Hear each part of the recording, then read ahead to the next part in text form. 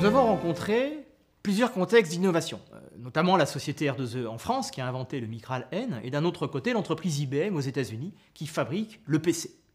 Il est très instructif de comparer ces deux contextes d'innovation. C'est le sujet de cette vidéo.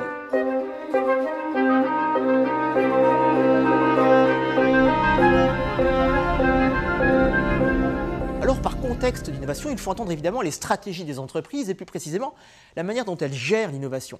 Mais c'est aussi un contexte plus large, technique, politique, économique. En 1980, le micro-ordinateur rentre toujours plus dans l'horizon d'IBM qui nous propose pour autant pas encore ce type de machine dans sa gamme. Le PET de Commodore, le TRS-80 de Radio Shack et l'Apple II sortent la même année, en 1977, et séduisent quant à eux de nombreux clients. Alors cela conduira progressivement IBM à réagir. Le PDG d'IBM, Frank Cary, prend une décision stratégique majeure en 1980. Il décide que ce grand groupe fera un micro-ordinateur qui doit être présent sur ce nouveau marché. A priori, cela ne devrait vraiment pas poser de problème à l'acteur dominant, au grand fabricant des systèmes informatiques, de réaliser ce type de machine. En quelque sorte, qui peut le plus, peut le moins.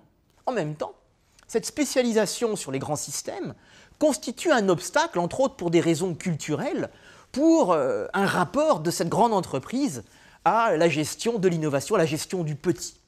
A l'inverse, au même moment, il faut constater qu'en France, le modèle R2E peine. La start-up qui a donné naissance au micro-ordinateur est rachetée par une grande entreprise et l'aventure Micral prendra fin en 1978. Et au fond, pour désintriquer cette fabrique de l'innovation, il va falloir comprendre d'une part comment IBM va finalement réussir à engendrer cette innovation du micro-ordinateur et d'autre part, pourquoi le modèle français de R2E a échoué. Entrons dans la mécanique IBM, dans ce contexte d'innovation pour essayer de comprendre comment IBM crée son IBM PC. Bien, à la présidence d'IBM, on est face à cette difficulté à aller sur le terrain du micro-ordinateur et on décide de créer une structure autonome du reste des équipes d'IBM pour investir ce terrain du micro-ordinateur. Le président d'IBM crée une équipe qui sera financée, protégée d'une certaine manière par la présidence d'IBM, qui a mandat donc de cette présidence. Et la structure rapportera directement à la présidence d'IBM pour construire le premier micro-ordinateur, l'IBM PC.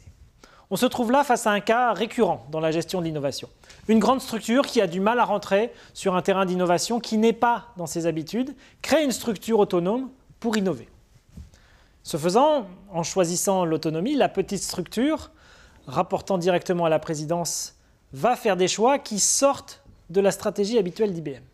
Deux choix vont s'avérer décisifs dans la réalisation du PC, mais vont avoir une portée, une résonance à long terme qui échapperont à IBM. Premier choix très fort de l'équipe, c'est de construire leur micro-ordinateur sur un microprocesseur qui n'est pas fait maison. Même si IBM sait faire des micro-ordinateurs, des microprocesseurs depuis longtemps, ils choisissent un microprocesseur d'Intel. Deuxième choix important, qui sera aussi difficile à comprendre rétrospectivement, IBM, c'est le leader mondial du logiciel dans le domaine de l'informatique. Mais la conception, la confection du système d'exploitation de l'IBM PC va être confiée à une autre entreprise. En l'occurrence, ce sera Microsoft qui va emporter le morceau. Et donc, IBM délègue une grande partie de ce qui est au cœur de ce micro-ordinateur à deux entreprises extérieures. Ce faisant, l'IBM PC va avoir un succès retentissant et en même temps va avoir un certain nombre de revers pour IBM. Il est important de souligner qu'il y a très peu de nouveautés dans cette IBM PC commercialisée à partir de 1981. Le choix était de prendre des produits sur le marché, Intel, Microsoft et d'autres morceaux du PC, de choisir une architecture ouverte qui va être ouverte au public. Le choix du nom PC, Personal Computer, est un choix marketing très important. Ça sera un ordinateur personnel pour tous les usages, y compris professionnels. Et IBM va s'associer au plus grand réseau commercial aux États-Unis, Sears, pour démultiplier sa force de frappe commerciale. Avec tous ces éléments, on a en fait tous les ingrédients du succès immédiat de l'IBM PC. 500 000 IBM PC vendus en 1981. 1 million vendus sur l'année 1982. C'est un succès considérable étant donné le contexte. Alors à court et moyen terme, IBM sera gagnant. IBM va faire ses choux gras des ventes du PC. Mais à long terme, le marché va lui échapper, du fait des choix stratégiques initiaux. Parce qu'en signant des micro-ordinateurs IBM PC avec Intel et Microsoft, IBM ne va pas prendre de clause d'exclusivité avec Intel et Microsoft. Ce qui va se produire, c'est que d'autres constructeurs vont, sur la base de l'architecture ouverte du PC, connaissant les fournisseurs qui sont sur la place publique, ils vont progressivement construire des micro-ordinateurs qui seront compatibles avec l'IBM PC, ce qu'on appellera des clones de l'IBM PC. Ça va ouvrir le grand marché du PC que nous connaissons aujourd'hui. Compaq aux États-Unis, Dell sont parmi les premiers entrants sur ce marché du micro-ordinateur de type PC. Partant de là, il va s'engager une guerre des prix, évidemment, toujours à la baisse, face à IBM qui a été l'inventeur et le promoteur de l'IBM PC. Les nouveaux constructeurs vont faire la guerre à IBM. IBM, grande structure, ne vit pas uniquement du micro-ordinateur. IBM a de nombreux marchés historiques et va progressivement perdre ce marché du micro-ordinateur. Alors, on peut reformuler cela en disant IBM a gagné beaucoup d'argent dans les années 80 avant d'être renversé par la dynamique qu'IBM a générée. Deuxièmement, IBM invente peu, innove finalement assez peu, mais c'est IBM qui, en 1980, va imposer le standard, fixer le dominant design du micro-ordinateur. Alors maintenant, transposons. Et allons voir de notre côté, en France, à la même époque, ce qui se passe au sein de R2E, en quoi les dynamiques et les modes de gestion de l'innovation diffèrent. En 1981, Micral a déjà pratiquement une dizaine d'années d'existence. Ils sont dans une dynamique d'innovation à la fois foisonnante, florissante, très rapide, mais très complexe à gérer pour la petite start-up R2E. La petite start-up R2E a grossi. Elle a produit et généré nombre de modèles de micro-ordinateurs. Elle a déposé des brevets.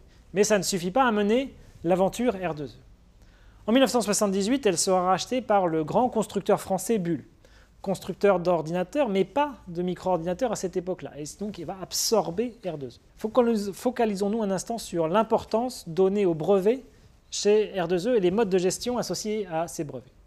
R2E avec François Gernel sont les premiers à déposer un brevet sur ce qui définit un micro-ordinateur. En 1973, date de l'invention et la commercialisation du Micralène, R2E va déposer deux brevets importants. Un sur l'ordinateur, sur le Micralène proprement dit, et un deuxième sur le système de canal d'échange d'informations. Vous remarquerez qu'il n'y a pas le terme micro-ordinateur dans l'intitulé du premier brevet.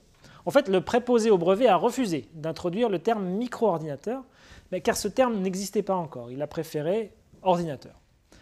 Néanmoins, c'est le premier brevet sur ce type de système micro-ordinateur. R2E va aussi déposer les équivalents de ces brevets aux États-Unis. Néanmoins, il suffit de regarder l'Altaïr pour comprendre qu'il y a des ressemblances évidentes entre l'Altaïr et le Micralène. Déposer un brevet dans ce contexte-là n'a pas été suffisant pour limiter la dynamique chez les concurrents de R2E. Je l'ai dit, en 1978, R2E est racheté par le géant de l'informatique française, Bull. Évidemment, les brevets de R2E tombent dans l'escarcelle de Bull. Ces brevets sont faits, ils ont été déposés pour protéger, pour attaquer, pour négocier, à condition bien qu'ils soient bien utilisés. Et en fait, Bull va préférer rester dans le sillage d'IBM. Ne va jamais se servir à proprement parler de ces brevets pour attaquer IBM. Il va chercher plutôt à utiliser, à négocier des licences avec IBM sur d'autres produits IBM, plutôt que de s'attaquer frontalement au géant IBM. Alors qu'en est-il de la dynamique d'innovation chez R2E ?